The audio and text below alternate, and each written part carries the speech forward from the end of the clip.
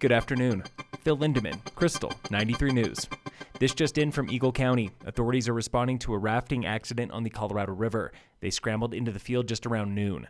Details are limited and emerging. No word on what or where this happened except to say Colorado River Road. That's the dirt road used to shuttle between Pump House, Radium, Rancho, and more. Dozens of cars were towed last night during the Trevor Hall concert in Dillon from a not-so-secret spot. The Dillon Post Office. And there was a fleet of wreckers that came up and started towing people. They probably towed at least 20 cars. That was Dan Wall of Silverthorne. He was having dinner at the Arapahoe Cafe. We just felt bad for everybody concerned and would hope that there's some cooperation between the post office and the town. Meeting right now with the Dillon postmaster is Dillon Police Chief Cale Osborne and Town Manager Nathan Johnson. We got some calls last night. We've had some interactions yet today. People stopping in Town Hall, people contacting our police officers when they see them out on the street, etc. Dillon Police did not order the towing last night. That was the post office. We are actively trying to pursue some sort of solutions. Can't guarantee anything, but we are trying. One possible option, charge for concert parking at the post office. All day now, angry concert goers have been retrieving their cars. At least one was livid enough to rage about it on one man's junk. Gail writes, she has been parking at the post office for 20 years, and this is the first time she's been towed. That lot is well marked, with customer parking only signs at every entrance. Gail, though, she was most upset about the cost. $399 to get her car back from J.H. Mountain Auto Services in Silverthorne. A dispatcher there told me the base rate when requested over phone, $271 for the impound plus storage and the after-hours gate fee. One Krystal listener wonders if the post office was violating a new state law known as the Towing Bill of Rights. It tells towing companies when they can and cannot impound cars. But this law only covers private residential areas like apartments and neighborhood streets. Parking has always been a headache for the amphitheater. There's just not enough of it. And the lot there at the post office is tantalizing. Totally unused, except for the people who broke the law last night. That again was Wall, the man watching yesterday's roundup from a cafe.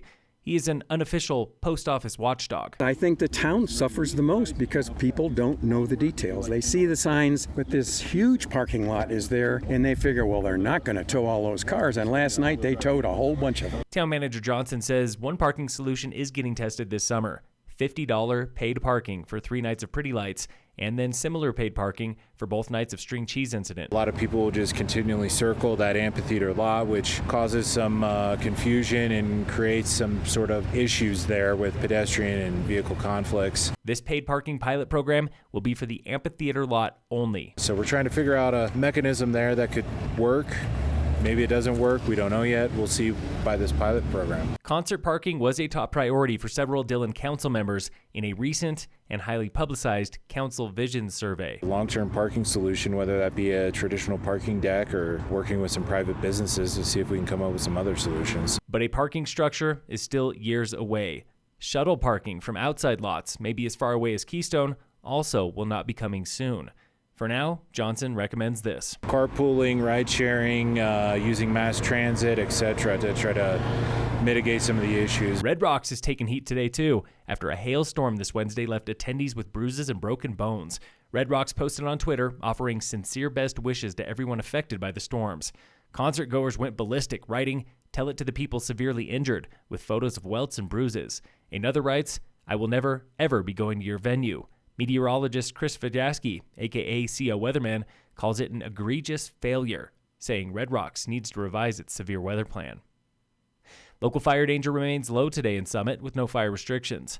In local entertainment news, tomorrow at the Riverwalk Center in Breck is opening night for the National Repertory Orchestra. 80 young musicians from across the globe are playing under music director Michael Stern, and this opening night's a special one. The NRO celebrates 30 years in Breck. Doors open at 6 p.m. tomorrow. Get tickets through nromusic.org. In sports, the Rockies open a weekend home series with the Angels today at 6:40. Phil Lindemann, Krystal, 93 News.